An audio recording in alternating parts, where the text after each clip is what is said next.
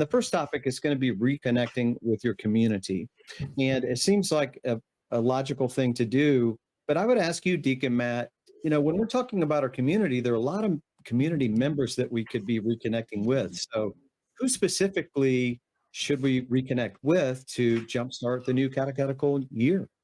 Right, Steve. Obviously, we have so many people that play important catechetical roles in our community, not to mention mom and dad, which we'll get to in a moment. But we're going to start tonight on Catechist Stream, sort of at the top, at least in the parish. We're going to start with the pastor. I'm not surprised anymore over the years, but I used to be really surprised as I'd go to different dioceses speaking to catechetical leaders. And one of the things I'd ask them is, how often do you talk to your pastor about what's going on, programming, catechists, parents, curriculum choices, all those things? And what's really surprising, Steve, is how many DREs or CLs would say, you know what, we don't have a whole lot of conversation. And that just led me to think, maybe kick off your new year, since we're talking about maybe doing some new things we haven't done before or don't do them as often. What about connecting with Father? And maybe some things we could connect about with him is looking at the catechetical plan, what we've done this past semester, so the fall semester, asking Father to bless the plan that we have for the spring, to put it in front of him. It's just a great way, again, to have a connection point with Father, to let him see what that plan is, what that program is. Maybe you did show it to him in the summer, but it's always good to show it to him again.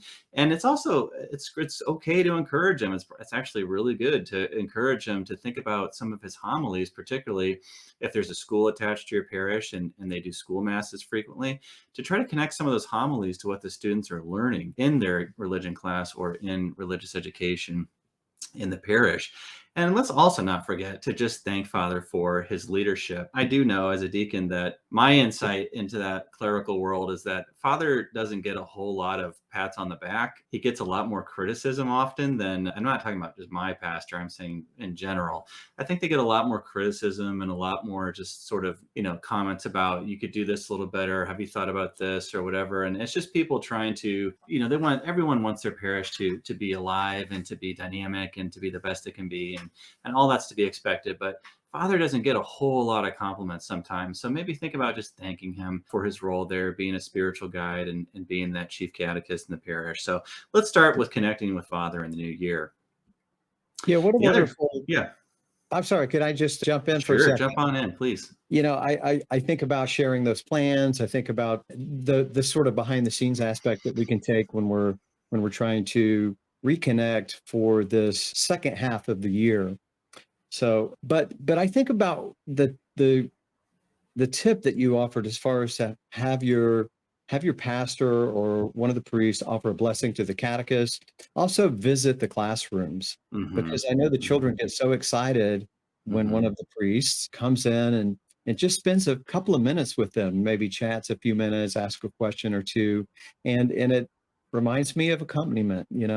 For us to be able to do that, it's a personal thing and we have to be present. And so inviting that presence on a consistent basis is a really wonderful way to help to build the community, to make the connections and get the children and catechists and parents excited and feeling supported that we, that Father's part of this and we're doing our share and Father's coming in and joining us with that. So I think it's a really great tip.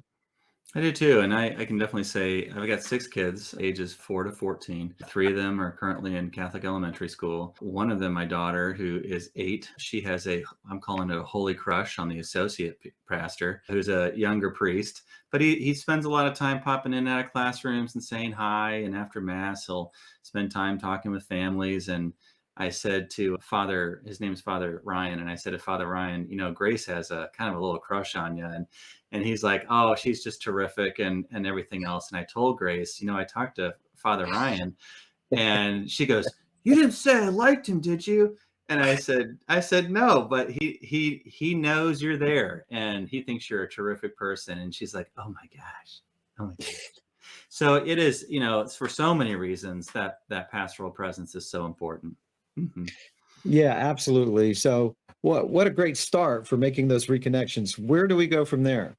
All right. So where we're going from there is to catechists. And this is a short section in this topic, but we will revisit catechists in the second and third topics as well. So Catechists are not going to get shortchanged here. But what I really wanted to highlight in this first topic, which is about reconnection, is to DREs, don't be afraid to reach out to your catechists on social media or to text them or maybe phone them if there's not that many catechists, and just give a quick hi, a quick hello, a quick I've been praying for you goes a long ways, not to hopefully securing them for another semester, not just that, but it encourages them, right? It inspires them. Wow, the DRE's been praying for me. That's awesome.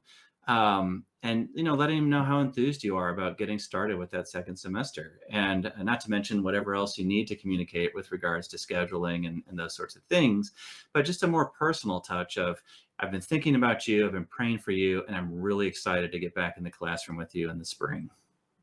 Again, it just the term accompaniment comes to mind, and I think that we have to be personally present to keep these people connected and try to reach them where they're at. So I love Mhm. the idea of social media because we know a lot of people are on social media these days, or if it's a text message or preferred communication that they may have.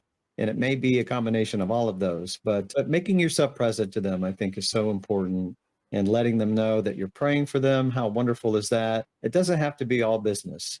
It can be, Exactly. I'm here for you, I'm rooting for you. Exactly.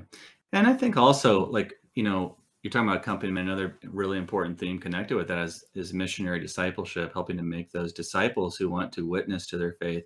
And I don't think we can ever do enough modeling of that. And one of the easiest ways to witness to your faith is to use your own social media accounts to evangelize, and do it by Right. dropping in a Bible verse you like, or something else. It's just that simple. And but it is a habit, right? All these virtues are habits. So what a great way to kind of inculcate your catechists into using their social media for the Lord, for the church. Excellent. So Yeah. after catechist, we've reconnected with Father, we've reconnected with catechist. Where do we go from here? Well, let's talk about families, right? They really are the pillars of the church. That domestic church is a cornerstone. So, what about checking in? Again, there's all sorts of communication tools we can use, and sometimes a variety is needed. Sometimes one tool isn't working, like an email. Maybe we never get an answer from a family or something. Maybe it's time to give a phone call if we have time. I know, in fact, a DRE in our diocese, now this is a smaller parish, okay? That's an important disclaimer. But this DRE takes time sometimes to write personal letters to families. And Yes. I'm right. And maybe at first hearing that sounds really strange because it seems that's so not normal today. Normal communication is very much digitized. It's usually text based or something. So to sit down and write a letter, but it's amazing how the effect it has on people because it's so personal and because it's so unique. Again, we don't normally communicate that way. But find what tool works best to communicate and let people know. Just do a check-in with them. Let people know about the start date for the year, any important dates and events in the new year. Again, those accompanying kind of comments to parents too. We're praying for you. We're praying for your child or children. Really excited to start this new year. Let families know that you're available to talk with them if they need anything. You might have said that at the orientation or something for parents at the beginning of the year, but we can't say it enough. And I think saying it multiple times actually has an additional effect, which is that it encourages parents to actually get a hold of you, rather than something comes and they might not know you. So the more they might not call you then, they might not reach out to you. Oh, is this something I should call the DRE about? The more times we can take the lead and just say, I'm here for you. I'm here for you. Please contact me if you need anything. It really does encourage them to do that. And then just thank mom and dad. This is the last kind of bit of accompanying communication. Just thank them for what they're already doing to try to witness to their faith, right? Be those missionary disciples. They might not think of themselves that way. They might not even ever use that term, but to thank them for the witness they give in their own homes to their children, their child or children. I don't think parents get thanked enough, to be quite honest. I think parents get told what to do all throughout the catechetical year, and sometimes with a wagging finger, you better do these things. But I think to say to them, one, and to empathize. You're so busy, you've got all this stuff going on. We just want to thank you on behalf of the parish. I just want to thank you for what you're doing to support your child's growth in faith. That goes a long way. It could go all year.